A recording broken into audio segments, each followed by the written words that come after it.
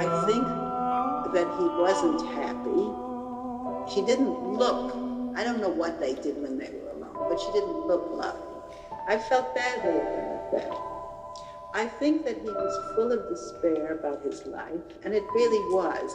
He knew that he wasn't spelling in the way that he had been, and he knew that they had used him. You know, they plugged him, and then they dropped him because he wasn't turning out the things that they wanted. Now, and Lee really wanted, since he had to be the greatest, there's a terrible thing to say about someone, the greatest.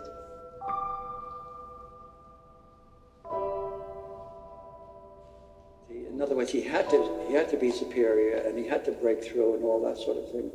That's a hell of a burden to carry. It is, it's huge. It's terrible, terrible.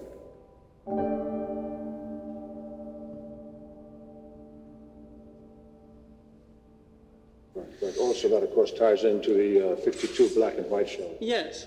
By which, Jackson never really recovered from the reaction to that show. It was never the same. The glare of the publicity that he got, I think, unnerved him, and alcohol is the temporary suicide.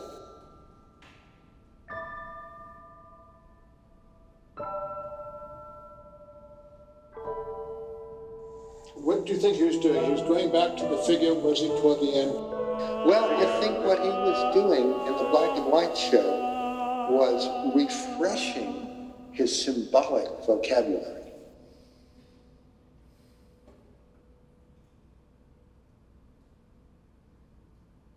Because he hadn't been doing it for a couple of years, and then again started.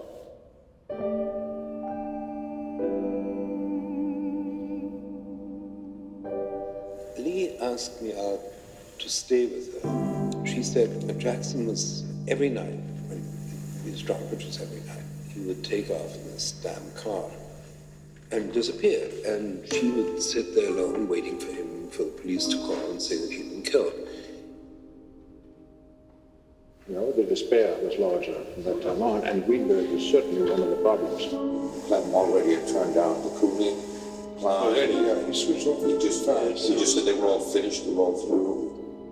And he did the same thing to Dustin. He saw Dustin's painting. He did the same gag. He looked at the painting, looked at the palette, and said, "That's the way you should paint," and said, "Get the fuck out."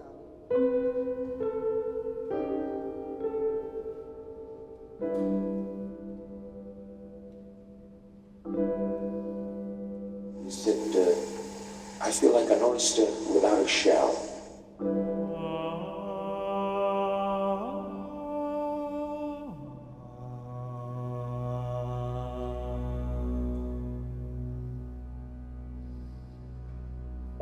I thought that many of the paintings of that black and white show were really corny.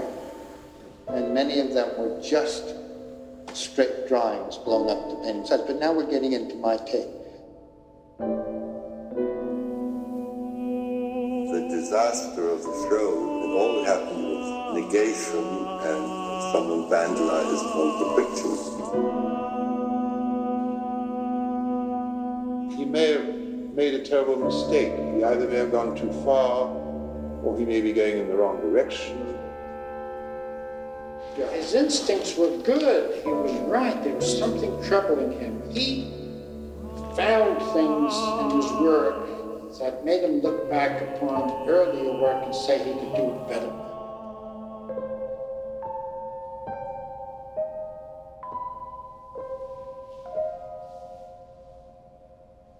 She said, Jackson, I don't care if you're red for hand. You can't call someone up in the middle of the night.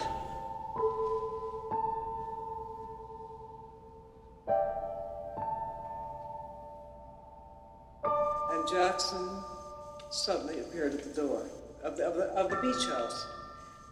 He came in absolute tears and sat down, the tears running out in a chair, with the tears running down his face. It was absolutely miserable.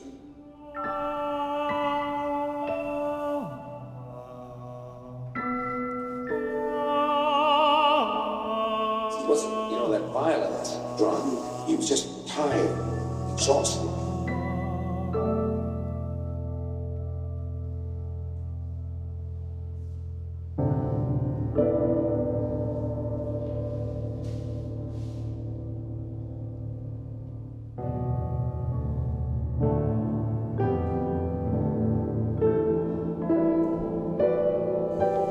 The doubts that had to go with the bravado and the machismo and all of that.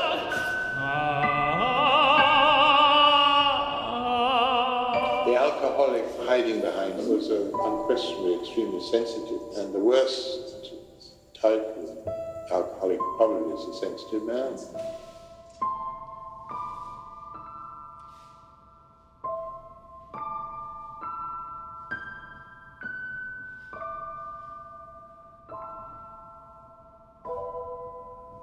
I think that the negative side, whatever was happening in Jackson was about his work.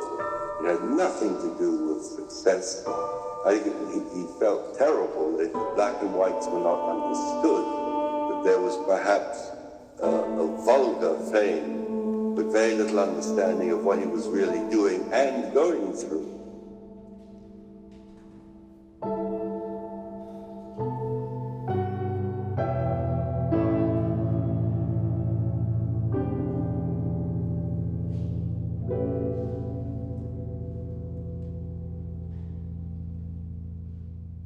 On the Hans Namuth film, you had mentioned that there was a work that looked a little faked. Did I say that? Yeah, well, this is on the tape. It looked fake. Well, if he was doing I mean, what he was doing looked fake, as if he were doing it for the camera, if you follow me. But I said that it was fake. All right, so I'll take that out. Take it out, don't Yeah. please.